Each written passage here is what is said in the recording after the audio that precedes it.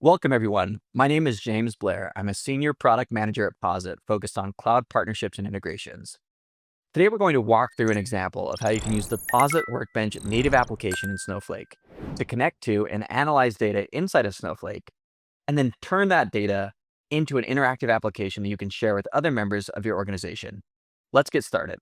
Here I'm inside of my Snowflake environment, and inside of Snowflake, we as Posit offer a native application that's available through the Snowflake Marketplace. I can find this by going to Data Products and then searching for Posit here inside of the Marketplace. And this will show the existing listing that's available for Posit Workbench. Here, if you have a Posit Workbench license, you can subscribe to this listing, apply your license, and get up and running very quickly with a version of Posit Workbench that runs inside your Snowflake account. Here, I already have a version of Posit Workbench running and available to me, so I'm going to go ahead and click on this. This will now open up this dialog where I can launch the application. And here, once I launch the application, I have access to Posit Workbench. I can create a new session, and I can see the different available session types here. We're actually going to use Positron Pro today, which is a new developer tool that we've developed at Posit, focused on data science specific tasks. We're not going to dive too deeply into everything that Positron can do today, but it's essentially an interface very similar to RStudio, but built on top of the foundation of VS Code.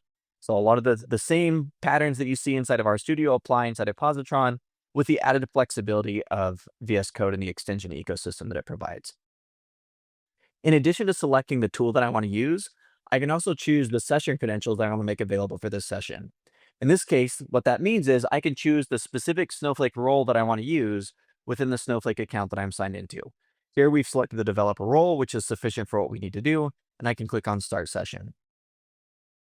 Once this session is up and running, I'll be dropped into the Positron main landing page where I can then open a folder or a project to get going. You'll notice that this looks in many ways very similar to VS Code because it's built on the VS Code foundation, but it also gives me access to things like an environments pane where I can see variables loaded in my environment. I have a plots pane. I have an active, in this case, Python interpreter available to me. I could start a new R interpreter as well if I wanted to do that within Positron. We're going to open up this directory here. And then inside this directory, we have this Cordo document that uses Python to explore some data that's available here inside of Snowflake. We can look at how we do this. We're going to use the IBIS package inside of Python, bring that into our environment. We're going to use the Snowpark library from Snowflake in order to build a session that we can use to connect to the data that we need to connect to. One of the nice things about using Posit Workbench is because we've already signed into our account, we already have credentials available to us. Posit Workbench sets a Snowflake home variable that defines a path to a directory that contains a connections file that has an appropriate token for us to be able to connect back to a Snowflake warehouse for SQL execution. We can make use of that here by using this session builder, and then we can pass in the connection name, which is Workbench, the database that we want to connect to, the schema within that database, and the warehouse that we want to use. Once we have all of that configured, we can create this IBIS connection into this Snowflake data that we want to connect to. Once we've made this connection, we can connect to a specific table that's in that data that's available inside of Snowflake. And in this case, we're connecting to this data that's called stages. This stages data, and we can see a preview of it here, represents the Tour de France stage finish times from the first edition of the Tour de France in 1903 up until 2019. So every rider for every stage of the Tour de France from that time period is represented here in this data. We can further explore that here inside of Positron if we wanted to. We could look at how many observations there are for each year. If we expand this out here, we can see the first editions of the Tour de France didn't consist of very many riders, didn't consist of very many stages. And so they have fewer observations. And then as we get into the later editions of the tour, we have approaching 4,000 observations for each year or for each edition of the Tour de France. We could also see who won the most stages. So we could filter our data by observations where the rank is equal to 1, meaning that that rider won the stage, group by the rider, and then count the number of observations for each rider that appear. And here we'll see our list here includes Eddie Merckx at the top of the list, Mark Cavendish, who has actually passed Eddie Merckx in subsequent editions of the Tour de France, but again, the cutoff date for this particular data was 2019. And we also have the infamous Lance Armstrong that shows up in this report as well. So Positron, operating inside the Posit Workbench native app, provides a very powerful tool for us to be able to connect to and explore data programmatically inside our Snowflake environment. Now, we can continue to explore in this way, but one of the things that we find to be very powerful is enabling developers to build interactive applications that they can share with other members of their organization for further analysis and exploration. I'm going to go ahead and open up this app file here.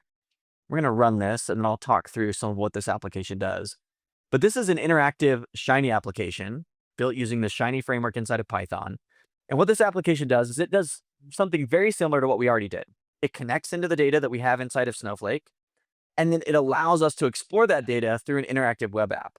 The thing that's most interesting, though, about this particular experience is that we're using a specific package called Query Chat, which enables us to provide a single user input. That user input is a natural language query that is then submitted to a foundational model inside of Snowflake Cortex. That foundational model converts the natural language query into SQL, and then that SQL is executed against the warehouse that we've connected to, and the results are brought back into the dashboard. So what this means is we have this interface that allows a user, let me pull open the application here. This interface allows a user to come in and provide some sort of natural language prompt. So we could say filter to data from the most recent decade. Very natural request to make. And now what's going to happen is this will go through and figure out, okay, the most recent year, the maximum year represented in the data is 2019. So we'll create a filter that filters the data from 2010 and newer. So for the past decade worth of data inside of our available data. This filter then gets applied, and we see that the underlying visualizations and other components of our dashboard are updated to reflect this filter that we just created with a simple single prompt. We could also ask a question like, who has won the most stages? And now instead of a filter, we're asking a very targeted specific question, but the process remains the same. This natural language prompt gets submitted to Cortex. Cortex then converts this natural language prompt into SQL to answer the question that we posed. That SQL is executed, and we see here a table very similar to the one that we looked at in our interactive exploration that tells us that for this data, Eddie Merckx has the most stage wins of any of the represented writers. And then it gives us a summary here of the findings. This interface is really powerful because it means that as a developer, I don't have to go through and think about, okay, what date range selection should I provide? What other filters do I want to provide? Filters on writers? Do I want to provide filters on stage wins? Instead, this is very flexible, and it's also very easy for me to implement as a developer. So for just the last couple of minutes here, what I want to do is let's take a look at how we actually implement this. And if we scroll down in our application here, we can see that there are a couple of different pieces. One is we define the Snowflake connection. And this is similar to what we did in our exploratory analysis just a moment ago. So we're going to connect using this Workbench connection type. And then we're going to define the warehouse database and schema that we want to use in that connection. And then we'll use that connection to define this SQL Alchemy connection that Query Chat uses to submit the SQL, the generated SQL, back for execution to the warehouse. Then the other critical piece that we do is we define this Snowflake Claude function here using the Chatless package. Chatless is another framework that we've built here at Posit. That's a Python framework for connecting to a variety of different LLM providers. So whether you're connecting to an LLM hosted in Cortex on Snowflake or somewhere else, Chatless provides a consistent interface for interacting with these various LLM providers. So here we're using this chat Snowflake function, and then we're defining what we're actually interacting with. So we're going to connect to Claude 3.5 Sonnet inside of Snowflake. There's a system prompt that we're going to provide, and then here's details about how we're making that connection, the account, the connection name that we're using from the connections toml file that's available to us here in Workbench. Once we have these things defined, we can initialize Query Chat with this call to Query Chat init. Here we define the Snowflake connection. We define the chat function that we want to use and a few other details. And that provides this interface that allows natural language prompts to be submitted to the data in question. And those prompts can either filter the data or provide direct answers back to the end user. If you're curious about this and want to learn more about how this all works and what this process looks like, all of the resources here are available in a GitHub repository that you can go and look at and play with.